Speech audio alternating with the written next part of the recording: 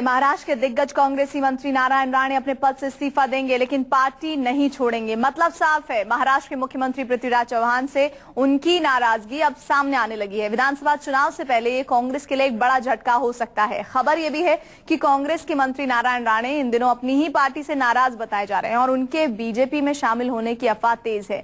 उन्होंने इस बात को भी माना है कि पिछले कुछ दिनों में उनकी मुलाकात नितिन गडकरी से हुई है। राणे अक्सर दावा करते हैं कि 2006 में जब वो शिवसेना छोड़कर कांग्रेस में शामिल हुए थे तो उन्हें पार्टी में बड़ा पद और सीएम बनाए जाने का आश्वासन दिया गया था, लेकिन अब तक ऐसा कुछ भी नहीं हुआ है और इसीलिए आज कल में ही वो पार्टी से इस्तीफा दे सकते हैं। कल तो उन्होंने एक सभा के दौरान ये ऐलान भी कर दिया कि वो सोमवार को अपना इस्तीफा देंगे और इसकी घोषणा करेंगे।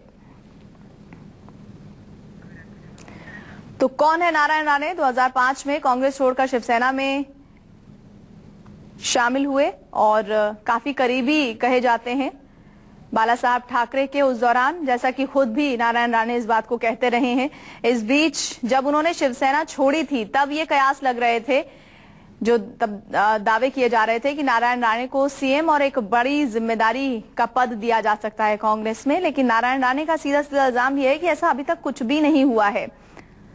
संवाददाता लतिकेश हमारे साथ जुड़ रहे हैं। लतिकेश, महाराष्ट्र चुनाव बहुत ही ऐन मुहाने पर है, हम ये कह सकते हैं। ऐसे में नारायण राणे का इस्तीफा देना, पार्टी में बने रहना कितना बड़ा झटका है कांग्रेस के लिए और क्या डैमेज कंट्रोल की भी प्रक्रिया शुरू हो चुकी है कांग्रेस के भीतर? देखिए, नारायण राणे जब से कांग्रेस में आए वो अपनी जमीन तलाश करते रहे और फिलहाल जो इस उम्मीद को लेकर वो कांग्रेस में शामिल हुए थे वो उनकी उम्मीद पूरी होती नहीं दिख रही। फिलहाल वो कोंकण के दौरे पर हैं, अपनी जो अपना वोट बैंक है उनका उस तरफ का, उसको वो देखना चाह रहे हैं कि कितनी ताकत है। हाल में देखें तो लोकसभा चुनाव में उनके बेटे की भी हार हुई थी, जिसके बाद भी उन्होंने इस्तीफा अपना ऑफर किया था। उस वक्त इस्तीफा मंजूर नहीं किया गया था। अभी भी क्लाइमेक्स बना हुआ है, इस्तीफा मंजूर करने की बात नहीं हुई है, लेकिन कहीं ना कहीं दबाव बनाया जा रहा है। पृथ्वीराज चौहान से वो बेहद नाराज हैं।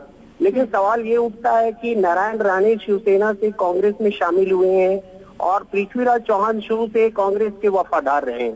तो ऐसे में नारायण राणे को हाईकमान द्वारा कितनी तरजीह दी जाएगी, ये एक बड़ा सवाल है।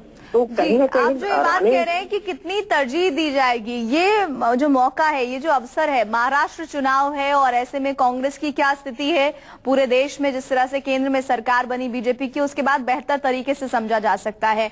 इन हालात में नारायण राणे का ये रुख कांग्रेस को क्या सोचने के लिए मजबूर कर रहा है?